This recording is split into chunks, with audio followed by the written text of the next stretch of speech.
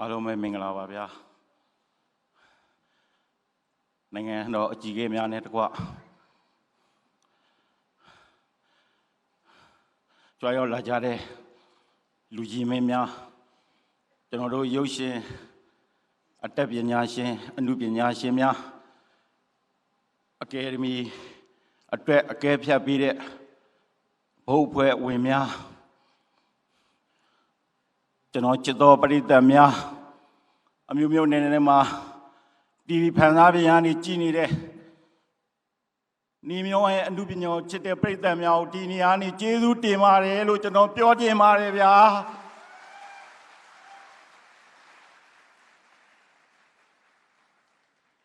ဟုတ်ကဲ့ပါမြစ်လက်တဲ့အဖွဲ့သားများကိုလည်းအရန်ကိုကျေးဇူးတင်ပါတယ်ဒရိုက်တာပီကေဇန်ညွန်းရေးဆရာမစာရေးဆရာဆောင်လူလင်းမြင့်လက်တဲ့ပြမဲ့ရေးစီးကကျန်းတယ်ဆိုတဲ့စကားတွေမှာပေါင်းဝင်ကြခဲ့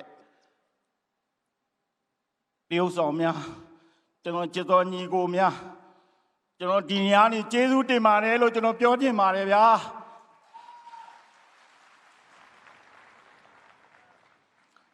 ကျွန်တော်တငယ်ချင်းဖြစ်စီခြင်းနဲ့ကျွန်တော်အကယ်ဒမီရွှေစွန်းရုပ်ထုကိုရခဲ့ပါပြီဗျာအဲ့တွေလည်းကျွန်တော်တငယ်ချင်းကိုအရန်ကိုကျေးဇူးတင်ပါတယ်တငယ်ချင်းနေတို့ကျေးဇူးတင်ပါတယ်ဗျာ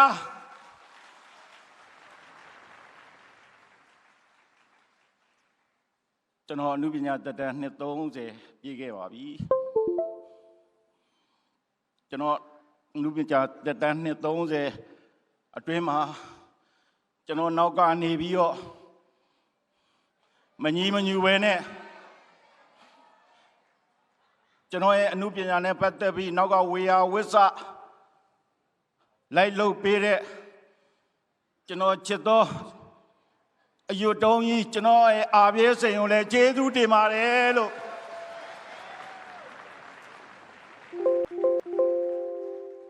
ကျွန်တော်သားနဲ့သမီးလည်းပြောနေလိမ့်မယ်လို့ကျွန်တော်ထင်ပါတယ်ဗျာကျေးဇူးတင်ထိုက်တဲ့သူအားလုံးကျွန်တော်ကျေးဇူးတင်ပါတယ်ဗျာမြန်မာအိုဘာကောင်းဆောင်ပါမြန်မာအိုဘာ